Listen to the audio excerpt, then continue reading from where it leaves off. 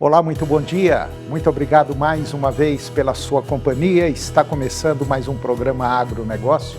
E eu desejo a você um dia de muita paz e muita saúde. E no programa de hoje nós vamos falar de meio ambiente, falando principalmente do Laninha.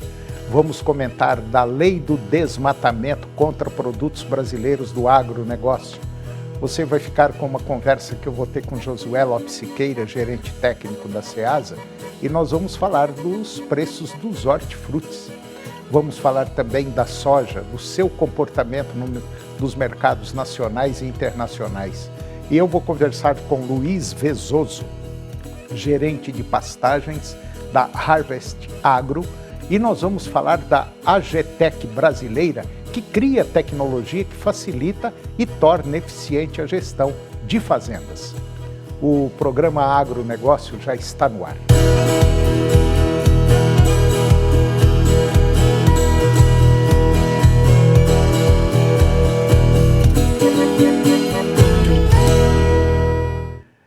Eu começo o programa de hoje falando de meio ambiente, falando do Laninha. O fenômeno climático Laninha pode intensificar os desafios à segurança alimentar global, segundo o alerta da Organização das Nações Unidas para a Alimentação e Agricultura, que é a FAO. Com a previsão de ocorrer até março de 2025, o Laninha trará mudanças drásticas nos padrões de precipitação, gerando chuvas intensas em algumas regiões e secas severas em outras regiões. E essa situação ocorre logo após um dos mais severos episódios do El Niño, que afetou mais de 60 milhões de pessoas entre 2023 e 2024. A FAO destaca que o Laninha poderá exacerbar a insegurança alimentar, especialmente em regiões vulneráveis, e atualmente cerca de 282 milhões de pessoas enfrentam insegurança alimentar aguda, e a expectativa é de que o fenômeno climático agrave ainda mais essa situação. E para mitigar os impactos, a FAO propõe um plano de ação e resposta antecipada que inclui medidas preventivas e de resposta imediata. O plano tem um custo estimado de 318 milhões de dólares e pretende atender 10,5 milhões de pessoas em 39 países da Ásia, África e América Latina, oferecendo suporte como fornecimento de sementes e insumos para a retomada da produção agrícola. Cada dólar investido pode gerar retorno de 7 dólares ao evitar perdas e gerar benefícios adicionais. A Organização Meteorológica Mundial, WMO, estima uma probabilidade de 60% de ocorrência de Laninha até fevereiro de 2025. Aqui no Brasil, historicamente, o Laninha causa seca na região centro-sul e aumento de chuvas no centro-norte, além de ondas de calor e frentes frias na região sul. O país já enfrenta o 7º período de onda de calor em 2024, intensificando a preocupação com queimadas, especialmente nas regiões centro-oeste, sudeste e sul, devido ao bloqueio atmosférico que impede a formação de nuvens e dificulta a chegada de frentes frias. Esses eventos ressaltam a urgência de medidas para mitigar os impactos climáticos, visando a segurança alimentar e reduzir perdas econômicas em áreas afetadas. E agora você vai ver que a partir do dia 1º de janeiro de 2025, entra em vigor a chamada Lei Antidesmatamento, que é imposta pela União Europeia e que proíbe a importação de produtos oriundos de áreas degradadas ou desmatadas. O Brasil segue atento ao impacto e que isso pode gerar à agropecuária nacional. E o Brasil pediu no início deste mês o adiamento das novas regras. Contudo, um porta-voz do bloco europeu reiterou que a lei será implementada no início do ano que vem. A lei vale para soja, gado, café, madeira, borracha e cacau, oriundos de desmatamento após 2020. De acordo com Itamaraty, o bloqueio tem o potencial de impactar mais de 30% das exportações do Brasil. O ministro da Agricultura e Pecuária, Carlos Fávaro, e outros atores do agronegócio brasileiro já reforçam que a nova legislação não leva em conta o desmatamento legal previsto no Código Florestal Brasileiro. Segundo Miguel Daldi, ele é comentarista do Canal Rural, a restrição europeia é baseada mais em questões comerciais do que ambientais. O mundo caminha para um cenário muito arriscado em relação às condições climáticas. Os extremos climáticos já prejudicam a produção de alimentos em vários setores, não só no Brasil, o que leva a uma preocupação que está sendo incorporada em contratos futuros de todo o mundo, que é o fenômeno econômico da inflação. O comentarista do Canal Rural, ele afirma que os desafios climáticos têm o potencial de fazer preço dos alimentos aumentar em todo o mundo. E por conta disso, essa nova imposição, embargo da União Europeia, talvez não seja tão rígida assim, porque o mundo hoje depende exatamente da produção de alimentos e o Brasil desponta como um dos maiores produtores e sendo o único país com condições de atender grande parte da demandada até 2050. E agora eu vou conversar com Josué Lopes Siqueira, gerente técnico da Ceasa, e nós vamos dar o giro pelo mercado de hortifrutis. Josué, bom dia, tudo bom? Bom dia, Toninho, tá tudo bem. Pois é, Josué, nós acabamos de dar uma informação sobre a União Europeia que quer embargar produtos agropecuários por questões aí de ambientais aqui no Brasil, principalmente desmatamento.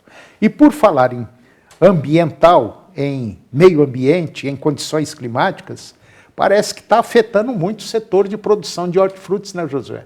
Sim, tem uns produtos aqui que a gente tem registrado aqui uma alta assim bastante significativa, né, e alguns já era previsível para esse período em função do nível da estiagem. Né? O chuchu, por exemplo, nesse período já é esperado, e teve outros também que tiveram um impacto também forte, no caso do pepino, o jiló, o quiabo e a vagem. Esses realmente sofreram impacto, tiveram reagido considerável. Esses são os 5 que eu estou pontuando aqui com destaque, né? Agora, os demais se mantiveram estáveis. No caso, o repolho está barato ainda, a cabuchá, o tomate que não consegue ainda preço ainda de mercado. Né? O que ocorreu com o tomate? Em função, assim, se supõe que a redução de área plantada da soja, muitos correram para plantar o tomate. Então, teve uma produção muito grande de tomate. E com esse tempo também o processo de maturação é muito rápido. E aí está o que está acontecendo, né? Aí quase 2 meses com o produto sem preço de mercado. Pois é, Josué, nós ainda temos aí uns 20, 30 dias basicamente sem chuva. Quer dizer, nós temos ainda uma situação muito delicada e parece que existe aí uma forte tendência desses preços até darem assim uma reagida, né? Subir um pouco mais, né, José? Sim, quando vier as primeiras chuvas, principalmente no caso do tomate, o que se espera é que, a expectativa é que ele vai dar uma reagida bastante significativa também, né? Porque vai chegar um momento aí que essas colheitas que está sendo feita agora, ela vai ser reduzida e aí com as primeiras chuvas, aí a tendência é de que esses preços sofram uma explosão. No caso do tomate, né? Mas nós temos aqui, por exemplo, apesar do repolho, você falar que ele está com preço em alta, mas está um preço ainda relativamente bom, mas nós temos abobrinha japonesa, abobrinha comum, chuchu, jiló, nós temos aqui também a vagem, como você já citou, banana maçã, banana prata, laranja, limão, mamão, tudo isso está com preço lá em cima. Exatamente. Agora, no caso da banana maçã, é o período entre safra dela. Mas esse ano a banana maçã não baixou de preço, assim, significativamente como nos anos anteriores. Na época da baixa dela, ela vai até R$40. Esse ano, o menor que ela deu foi 90. Depois, quando a gente pensou que estava descendo, começou a subir novamente, no caso da banana maçã. Né? Aí nós temos a laranja. A laranja está chegando carga de maçã até de Sergipe, no caso da laranja, até do Sergipe. Mas nós temos aqui preços, por exemplo, de laranja, limão, subiram 80%, 50%. Nós temos caso de banana que subiu 42%. Nós temos o caso aqui do jiló que subiu 150%, né, José? É isso mesmo. Quer dizer, são valores assim que assustam. E isso nós estamos falando no preço da Ceasa. Ainda o supermercado, o pessoal de feira vai comprar lá e bota mais 80%, 50%, 100% em cima disso aqui, né, Josué? Isso é verdade. É verdade. Então aí o consumidor é aquilo que a gente vai a um supermercado, vai a uma feira e você só ouve assim, meu Deus do céu, onde é que nós vamos parar e tal. Aí o governo vem e fala que a inflação é só 3,5%, 4%. Não é não, viu? A coisa está muito mais... Eu tive a curiosidade de coletar o preço em uma determinada feira de uma região nobre aqui da cidade e comparando com o preço do atacado. Eu vi variação aí de 500%. A mais do valor de custo. Quer dizer, alguns produtos, né? Mas tinha outros que dava, o menor que eu consegui foi em torno de 180%. Mais de 300%, 400%, até 500% eu fiz a variação e vi que realmente no varejo estava, nessa feira especificamente, eu assustei com a diferença. Olha, e os preços da Ceasa, pode ter certeza, no mínimo, 150%, 200% a mais. Por aí. Esse é o valor que você está pagando, você dona de casa. No mínimo, a diferença de preço lá da Ceasa para um supermercado, para uma feira, é no mínimo 150% a 200% mais caro. Infelizmente, não tem como fugir e, mais uma vez, quem leva a maior pancada é o produtor, né, Josué? Isso é verdade. A laranja, né, todo mundo já deve ter percebido que a laranja também, ela subiu muito. É verdade. Né? De 80, hoje está custando R$80 um saco com 18 quilos, estava em torno de 48, 50, né? E hoje está desse preço. Então, e não está tendo laranja no estado. Quer dizer, tem, mas a oferta está muito ruim, está na baixa, né? E a falta da chuva também está comprometendo também a qualidade. Josué, só para a gente finalizar, qual que é a sua perspectiva desses próximos 20, 30 dias? Não vai mudar muita coisa, não. A tendência é ir começar a subir também, com essa estiagem estendendo, a expectativa é de manter esse cenário aí. Daí para cima. E daí para cima, né? Daí, porque enquanto não acontecer as primeiras chuvas aí, nós não vamos aí, infelizmente, ter uma boa notícia, falar, os preços baixaram. Vai ser meio difícil. Josué, mais uma vez, meu irmão, muito obrigado mesmo. E vamos torcer para que essa chuva chegue o mais rápido possível. Muito obrigado, José, e um bom dia. Dispõe, bom dia. E depois do intervalo, nós vamos falar da soja, o seu comportamento nos mercados nacionais e internacionais. E eu vou conversar com Luiz Vezoso, ele é gerente de pastagens da Harvest Agro, e vamos falar da AGTEC brasileira, que cria tecnologia que facilita e torna eficiente a gestão de fazendas. Nós voltamos já, é um minuto só.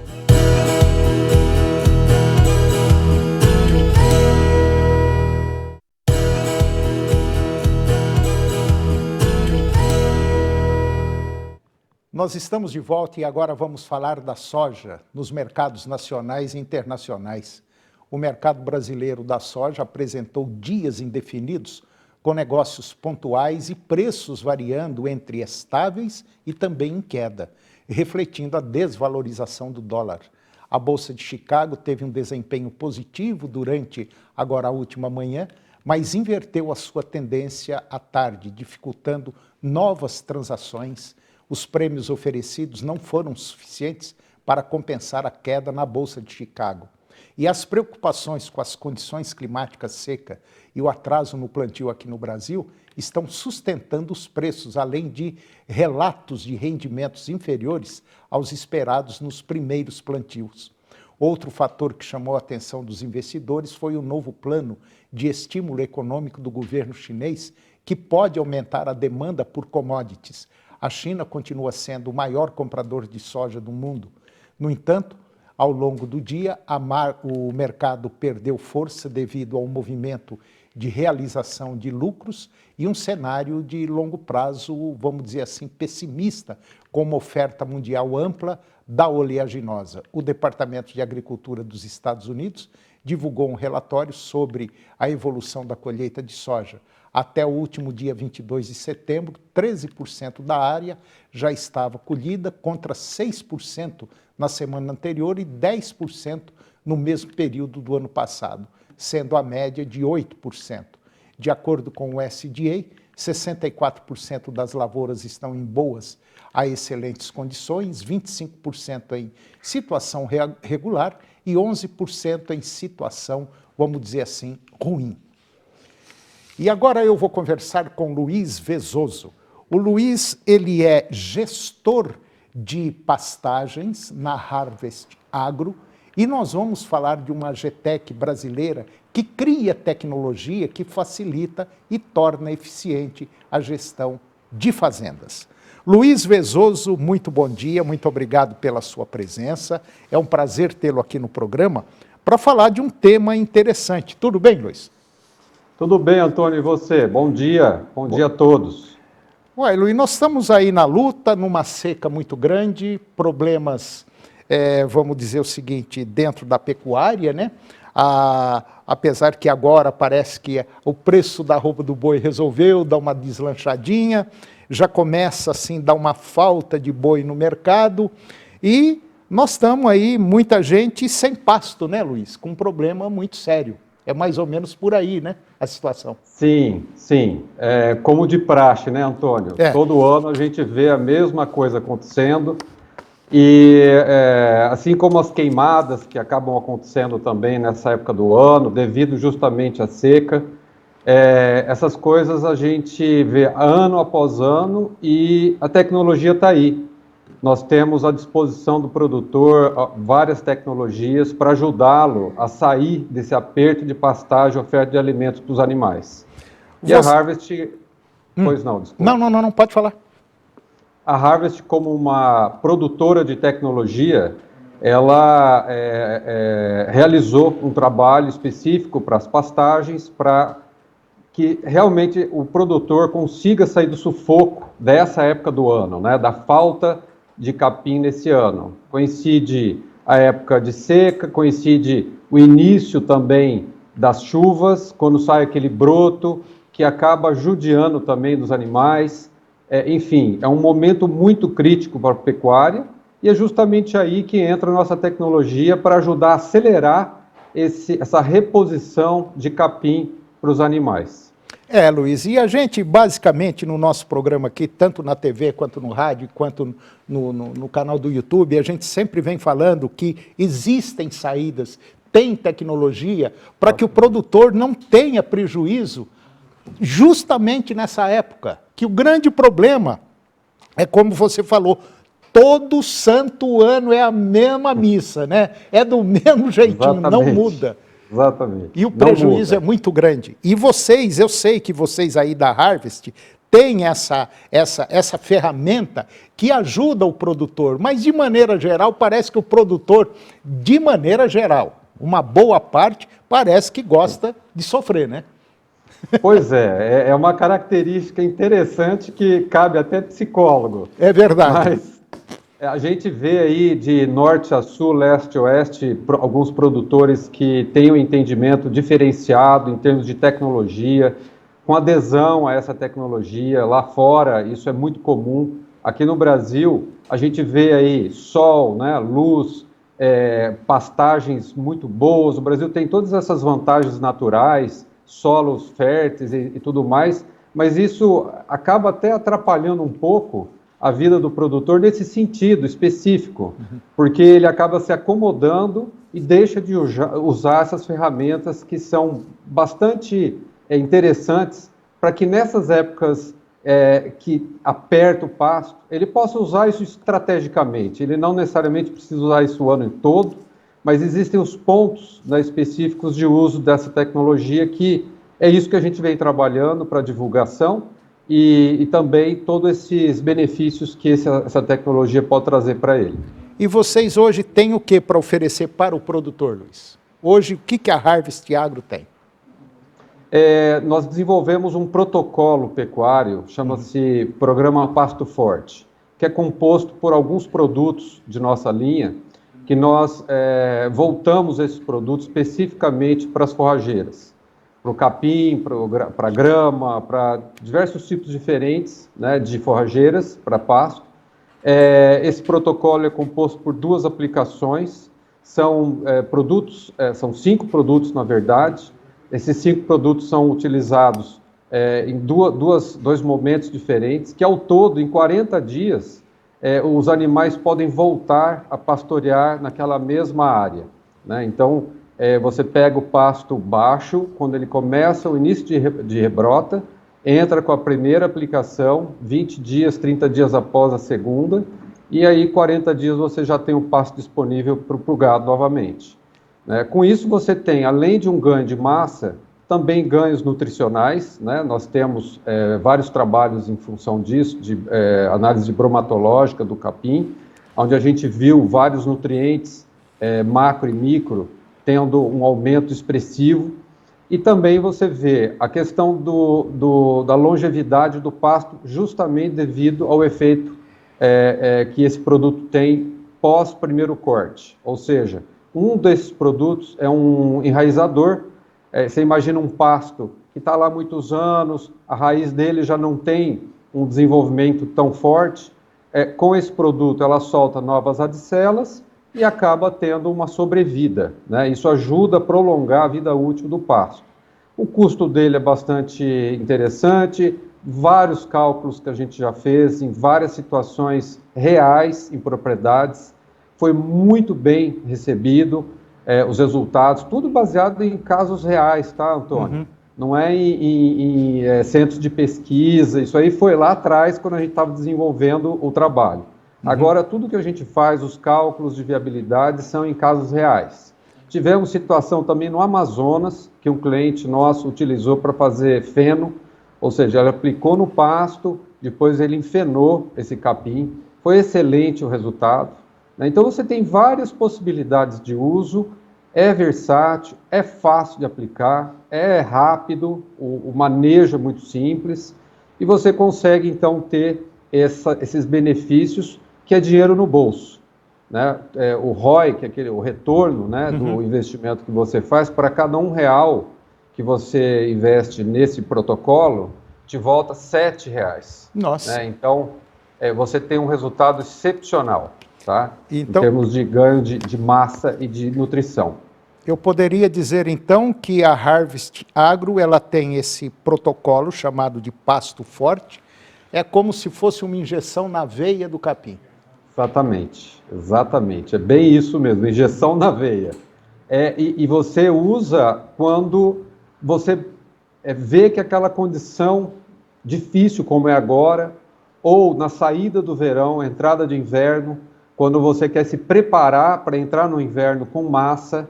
Então você faz todo um trabalho de planejamento de uso das pastagens. Entendi. Baseado nesse planejamento que você vai determinar as áreas onde você vai utilizar esse protocolo. Entendi, Luiz, entendi. Então tá aí, você que é pecuarista, você que é produtor, as condições climáticas, cada ano que passa, parece que estão ficando bem diferentes.